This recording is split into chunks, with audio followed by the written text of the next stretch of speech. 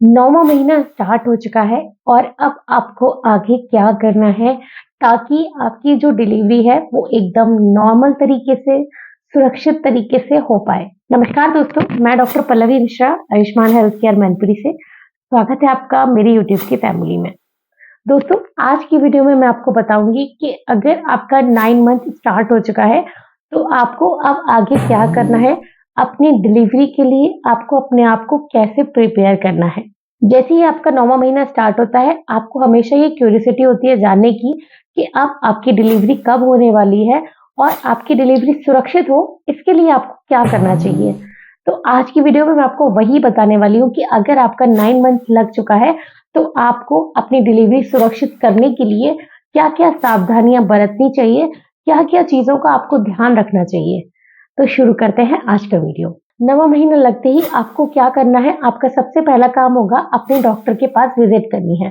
जी हाँ, डॉक्टर आपको last month में एक सोनोग्राफी सजेस्ट कर सकते हैं, कलर ड्रॉपलर। कलर ड्रॉपलर के थ्रू हम बच्चे की काफी सारी जानकारी ले सकते हैं। हम जान सकते हैं कि बच्चे को जो ब्लड सप्लाई हो रही है वो प्रॉपर हो पा रही है या नहीं, उसमें किसी तरह का कोई ब्लॉकेज, कोई रुकावट तो नहीं है जिसकी वजह से उसको कोई इसी प्रकार की कोई तकलीफ हो। तो लास्ट में ये सोनोग्राफी बहुत ज्यादा जरूरी होती है, स्पेशली उन लोगों के लिए जिनका 9 मंथ 7 डेज हो चुका है लेकिन पेन नहीं आ रहे हैं और वो चाहते हैं कि उनकी नॉर्मल डिलीवरी हो, थोड़ा सा और वेट करना चाहते हैं, तो उनको ये लास्ट अल्ट्रासाउंड जरूर करवाना चाहिए ताकि उनके बच्चे की उन्हें कंडीशन पता लग पाए। और इस सोनोग्राफी के थ्रू हम ये भी पता लगा सकते हैं कि आपके बच्चे के गले में कोई नाल तो नहीं है। अगर ऐसी कंडीशन है तो ऐसे में बच्चे का दम घुट सकता है। इस लास्ट सोनोग्राफी के थ्रू हमें पता लगा लेना चाहिए कि बच्चा जिसमें रहता है, यानी कि जिसे हम एमनियोटिक फ्लूइड कहते हैं, वो प्रॉपर है या नहीं, वो कम तो नहीं हो रहा है। ऐसे में बच्चे के सूखने के चांसेस, आपने ज्यादा सुना होगा कि बच्चा सूख गया है और इसकी वजह से बच्चे को किसी प्रकार की कोई प्रॉब्लम हो गई, तो इस चीज के लिए भी हमें लास्ट अल्ट्रासाउंड बहुत ज्यादा जरूरी होता है। बच्चे का वेट कितना है, बच्चे की जो हार्ट बीट है वो प्रॉपर है या नहीं, ये देखने के लिए भी हमें अल्ट्रासाउंड कराते हैं। तो लास्ट जैसे ही आपका 9 मंथ लगता है तो आपको अपनी सोनोग्राफी जरूर करवाना चाहिए, अपने डॉक्टर के पास विजिट जरूर करना चाहिए। दूसरी चीज, जब आपका 9 मंथ लगता है तो आपको अपना बीपी, अपना शुगर और आपका जो हीमोग्लोबिन है वो प्रॉपर है या नहीं। अगर आपका बीपी बढ़ा हुआ होगा या आपकी शुगर अनकंट्रोल्ड होगी तो आपको काफी सारी प्रॉब्लम्स हो सकती है, आपके बच्चे को भी दिक्कत हो सकती है। ऐसे में तो आपको कोशिश करनी है कि आपका हीमोग्लोबिन प्रॉपर हो, आपकी शुगर कंट्रोल में हो और आपका जो बीपी है वो भी कंट्रोल में रहे, और ऐसे में आपकी डिलीवरी एकदम सुरक्षित होगी। कभी कभी जैसे जैसे हमारा डिलीवरी का टाइम नजदीक आता है तो आपने देखा कि बच्चा जो होता है वो फिक्स होने लगता है पेल्विक रीजन में।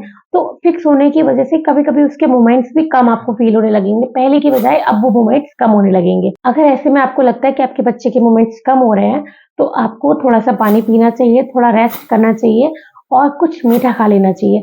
अगर उसके बाद भी, ये सब करने के बाद भी आपके बच्चे के मूवमेंट्स नहीं हो रहे हैं या कम हो रहे हैं तो आपको तुरंत अपने डॉक्टर के पास विजिट करनी चाहिए। जब आपकी डिलीवरी का टाइम नजदीक है तो आपको अपने खान पान का भी उतना ही ध्यान रखना है। आपको अपने खाने में हल्की चीजें, हेल्दी चीजें खानी है और मिर्च मसाले कम खाने हैं, ऑयली चीजें कम खानी है, बाहर के जंक फूड्स नहीं खाने हैं, क्योंकि अगर आप ऐसा करेंगे तो ऐसे में आपको गैस, एसिडिटी, कॉन्स्टिपेशन की दिक्कत हो सकती है।